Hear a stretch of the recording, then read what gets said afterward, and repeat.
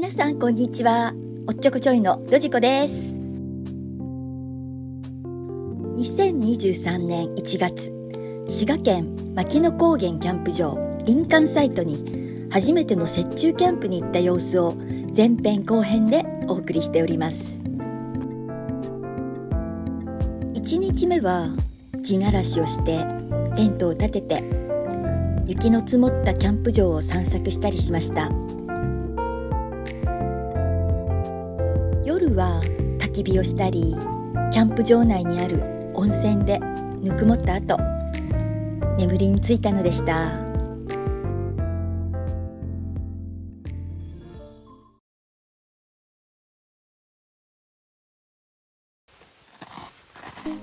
朝6時40分に目が覚めました。夜は最低外気温マイナス 4.3 度でしたが、風もなく雪も降らなかったようで、寒かったけれど穏やかでした。テントも裾の方が凍っている状態でした。とても気持ちのいい朝でしたので、少し散歩に出かけました。今回初めての雪中キャンプだったので、寝る前は無事に朝を迎えられるかどうかとても不安だったのですが、風がほとんど無風だったことはとてもラッキーだったと思います。寝る時の寒さ対策としては、シュラフはコールマンのポリエステル素材のもので、湯たんぽと電気毛布で、あとは厚手の衣服を着て寝ました。緊張しながら寝てたので、何度か目覚めはしましたが、寒くて眠れないっていうことはなかったです。風もなく雪も降らず、穏やかな夜ではありましたが、暖房を切ってからはテントの中でさえも夜通し0度からマイナス1度ぐらいの氷点下でした。今回のテントは小川のタッソ TC だったのですが、 TC 素材の素晴らしさにしびれました。なぜかというと、ポリエステルのインナーテントの中で寝たのですが、テントのタッソ TC は結露していなかったのに、インナーテントはきっちり結露していたのです。おまけにシュラフもポリエステルなので、外側は湿っていました。 TC 素材の凄さを実感しました。さてさて、これから朝食にしたいと思います。本当はホットサンドにしようと思ってたんですけど、あまりにも寒いのでインスタントラーメンを食べることにしました。このラーメンは糸麺のちゃんぽん麺というものです。以前の動画で私がラーメンはエースコックのワンタン麺が一番好きです、皆さんは何が好きですかって言ったのですが、そしたらある視聴者様がこの糸麺のちゃんぽん麺を教えてくださったのです。兵庫県産のものなのですが、私は教えていただくまで知りませんでした。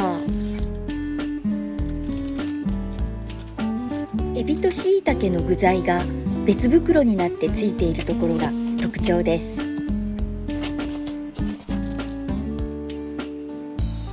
スーパー 3,4 軒見に行ったんですが売っていなくて、そういう時は Amazon ですよね。でも Amazon だと10個セットとかだったので、いくらなんでもそんなにたくさんはいらないって思って、メルカリを見ると4個セットで売っていたので、それを買いました。本当に家にいながら欲しいものがほとんど何でも買えてしまう便利な世の中になりましたと、アナログ時代に青春を過ごしたドジコはただただテクノロジーの発展に感謝するばかりです。ありがたいありがたい。またこうやっていろいろ教えてくださる視聴者様にも感謝です。お味の方はエースコックのワンタン麺と札幌一番塩ラーメンのいいとこ取りしたって感じで、とても美味しかったですよ。さてさて、こうやって美味しいラーメンの朝ごはんを食べて身も心も温まってきたドジコは、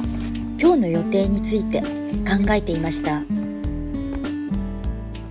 このキャンプ場の年間パスポートの特典で夕方4時まで入れるので、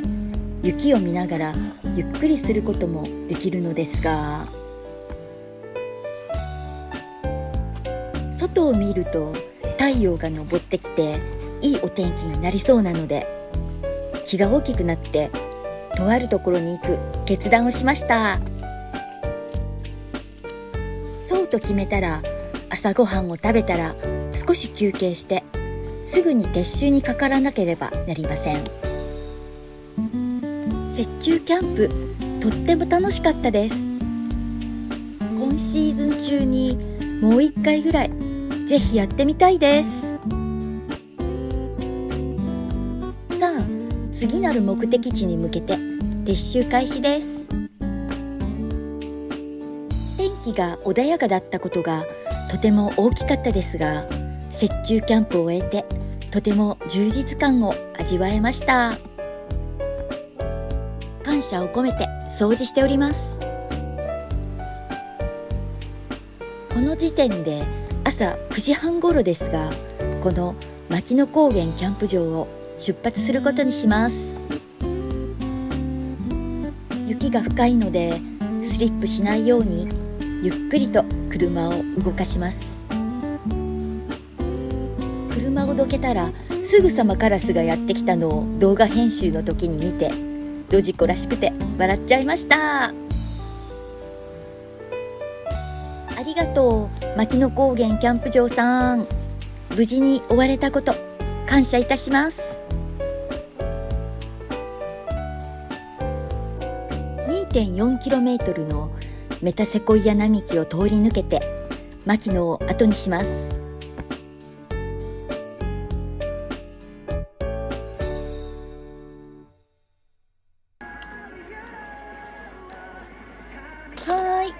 ここは牧野高原キャンプ場から車で約20分ぐらいのところの函館山スキー場です。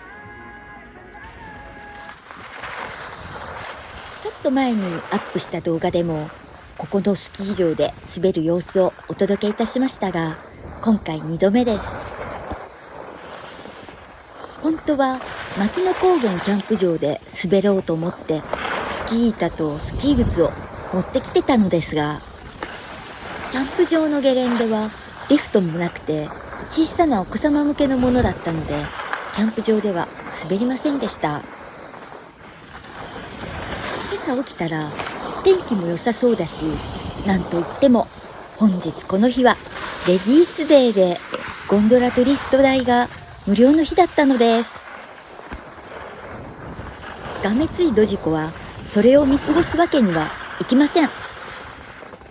だって4400円が無料なんですよ。張ってでも行きますよ。近くまでキャンプしに来てるんですから。でもこの日も平日ではありましたが、女性の方がたくさん来られていて結構混雑していましたよ。まあほとんどが学生っぽい若い女性で、半分以上はスノーボードでしたね。私ももう15年ぐらい前かな、スノーボードに変えようと思って自分の子供たちと一緒にスクールに入って挑戦したんですよ。でもダメでした。18歳の頃からスキー始めて、私の若い頃はスキーブームでしたからね。スキーに慣れきってしまってボードに変えられませんでした。でもショートスキーに変えてストックは持たないスタイルに変えたら、これが滑りやすくてハマりました。でも最近もっと短いスノーフィートっていうのが出てきたらしく、それがすごく気になってるんです。ほんまにいい年して元気すぎるやろって声が聞こえてきそう。そもそも初雪中キャンプの後にスキーをするなんてこと自体が元気すぎて呆れられそうなんですけど、心のときめきのままに行動せずにはいられないドジコでした。そこでドジコの座右の銘、人生楽しんだもん勝ちです。これ本当ですよ。結局この日は4時間ぐらいスキーを楽しんだ後、帰路に着きましたが、さすがに帰り道は疲れました。